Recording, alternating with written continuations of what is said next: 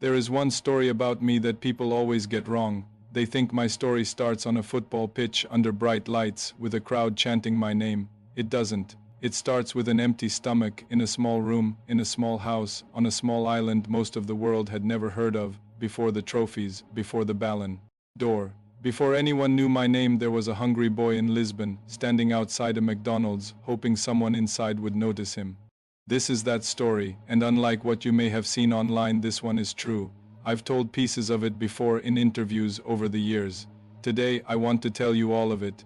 To understand where I came from, you have to go back even further than my childhood. You have to go back to before I was born. My mother, Dolores, was already raising 3 children in a home with very little money. When she found out she was pregnant with me, she has said publicly in her own words, in her own book, that she didn't think she could handle a 4th child. Times were that hard, she even tried in her own desperate way to end the pregnancy.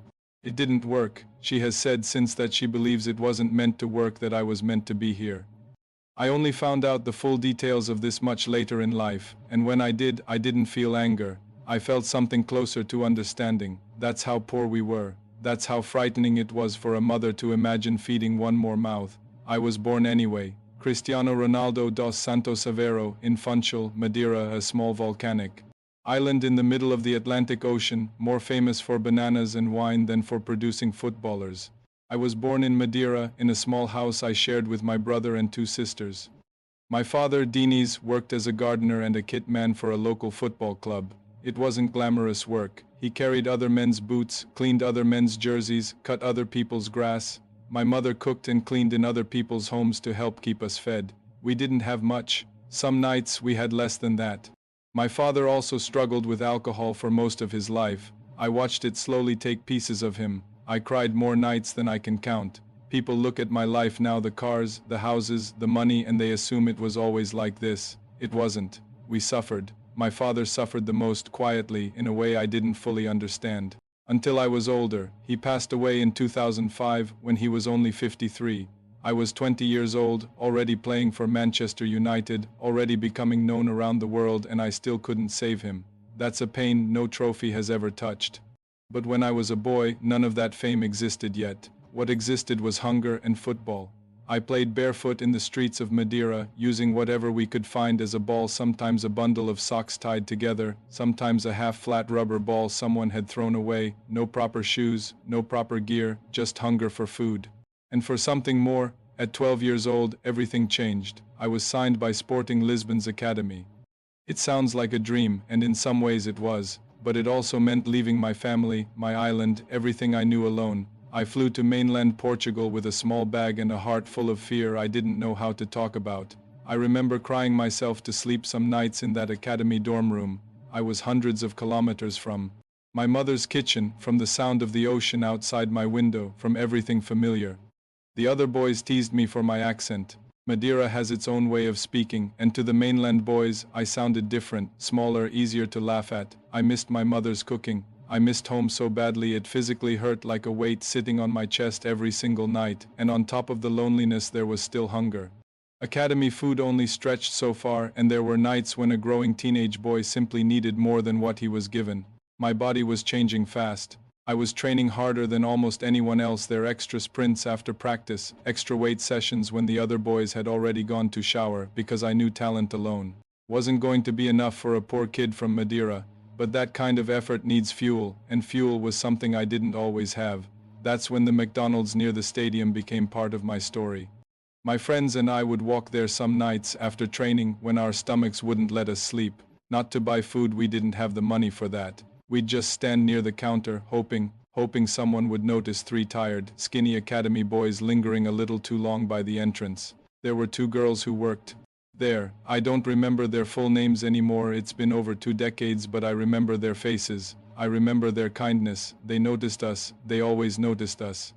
They started quietly giving us the leftover burgers at the end of their shifts, food that would have been thrown away anyway. They told us, so it wasn't really charity in their eyes. That's how they framed it, to protect our pride, but we knew what it really was. To us, it was everything.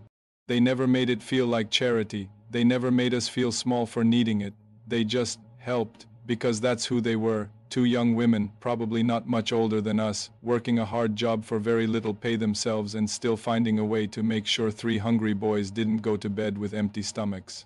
I never forgot them, not during my first season with Sporting's first team, not during my move to Manchester United at 18, not during any Ballon d'Or ceremony, any Champions League final, any night I've stood in a stadium with 60,000 people chanting my name. Here's the truth I've shared before, and it's not the version people expect. I was never able to find them again. After I became known, after Manchester United, after the records, after everything, I looked back and wished I could thank them properly.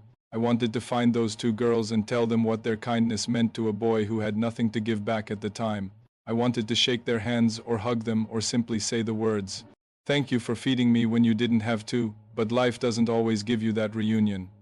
I don't know where they are today. I may never know. Lisbon changes, people move, restaurants change staff, change owners, sometimes close entirely. Somewhere out there, if they're still alive, they might not even remember me. I was just one hungry boy among many who passed through that door, and honestly, I think that's part of why their kindness stayed with me so strongly. It was never about being repaid. It was given freely, expecting nothing. No cameras, no headlines, no idea that the skinny kid they were feeding would ever become anyone at all. That's rare, and it shaped me more than people realize. I think that's why, once I had something to give, I never hesitated to give it. In 2012, I heard about a 9-year-old boy named Eric battling a rare and aggressive form of cancer called neuroblastoma. I paid for his treatment and stayed in contact with him throughout. Not for cameras, but because I remembered what it felt like to need help nobody was obligated to give.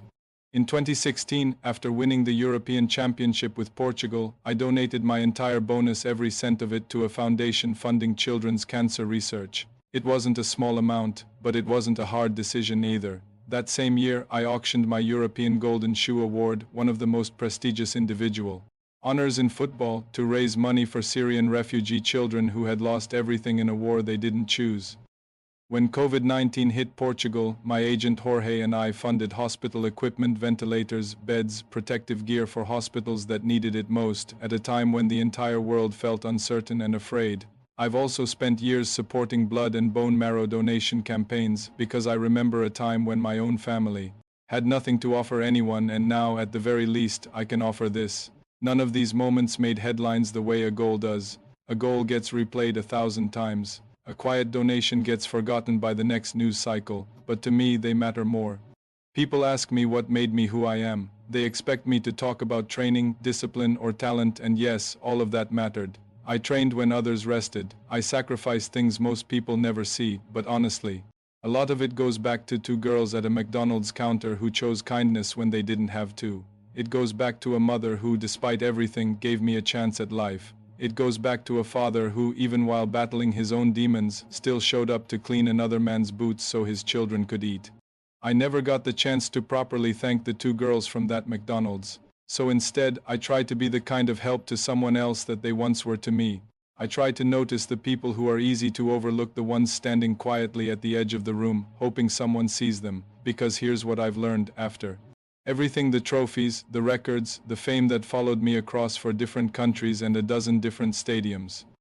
You don't need fame to change someone's life. You don't need money either, not really. Those two girls didn't have much more than we did. You just need to notice them and choose to care. That's the real story, not the one with a perfect ending, tied up neatly with a reunion and a grand gesture, the one that's still, in some way, unfinished. Somewhere out there, 2 women fed a hungry boy and never knew what it would grow into. If either of them is watching this today, I still remember you, and I still owe you more than a trophy could ever repay.